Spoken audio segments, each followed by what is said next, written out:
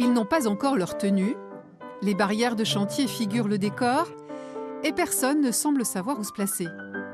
Nous sommes à 2 semaines de la représentation. Là, vous voyez les deux groupes là, vous êtes en ligne, ça va pas. Là, c'est Et deux si groupes. le metteur en scène sait sans doute où il va, pour les autres, il faut de l'imagination. Et là, j'en vois qui sont un peu... La Belle Hélène, opéra situé dans l'époque antique au temps des dieux et des héros grecs, on n'y est pas vraiment. Pour Ismaël Gutiérrez, à ce moment-là, il s'agit donc surtout de faire du gros œuvre. La plus grosse difficulté, c'est la force d'inertie. C'est-à-dire que quand il y a un détail, malheureusement, je ne peux pas me permettre d'arrêter parce que sinon, ça prend énormément de temps d'arrêter tout. Ce qui est un peu compliqué pour moi, c'est que j'ai la tentation de me dire « Ah là, il y a ça qui ne va pas, lui, il n'est pas bien placé, lui... » Mais si je fais ça à 120, c'est pas gérable. Donc il faut vraiment qu'on soit sur le gros du déplacement, le gros du placement, et puis après, on verra sur le week-end prochain.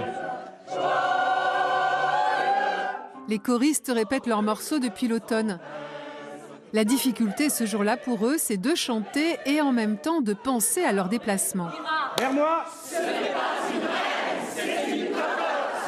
Mais pas de quoi entamer leur motivation. Vivre de l'intérieur, un projet lyrique, c'est quelque chose que je ne connais pas particulièrement, que j'apprécie pas forcément non plus, que je connais mal. Et voilà, le vivre de l'intérieur, je trouve ça extrêmement intéressant.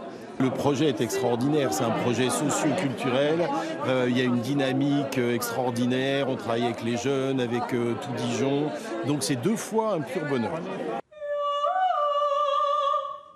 Pour les solistes professionnels ou futurs professionnels, l'adaptation est plus facile. Cela ne les empêche pourtant pas, entre leurs scènes, de faire une petite répétition personnelle. Dans un lieu pas vraiment intime. On a eu les textes un petit peu tard, j'avoue. Les partitions, par contre, ça a été en avance, ça fait un moment que tout est calibré. En revanche, les textes, voilà, on a reçu ça un peu tard, donc c'est pour ça aussi qu'on fait les derniers réglages maintenant. C'est pour être sûr de ne pas avoir trop de mémoire, voilà.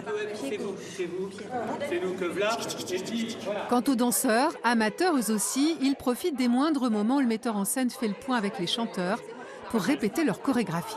Ça parle d'adultère, donc c'est un petit peu rigolo. Ça parle d'ouverture dans l'amour, hein, et puis de liberté. Enfin, et j'ai beaucoup de plaisir à créer ces chorégraphies.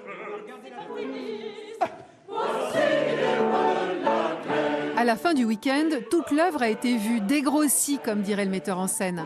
Pour peaufiner tout cela, un autre week-end de répétition a été prévu, plus toutes les soirées de cette semaine avant les représentations. Faire tes auteurs, respirer une mesure avant. L'objectif, que tous, amateurs et professionnels, chanteurs et danseurs, puissent proposer un spectacle enlevé et joyeux, comme Offenbach l'avait pensé. C'est une œuvre légère, accessible, l'histoire est simple, on peut la comprendre assez facilement. Et c'est ce qu'on veut, puisqu'on veut toucher un public néophyte, qui n'a pas l'habitude d'aller à l'opéra.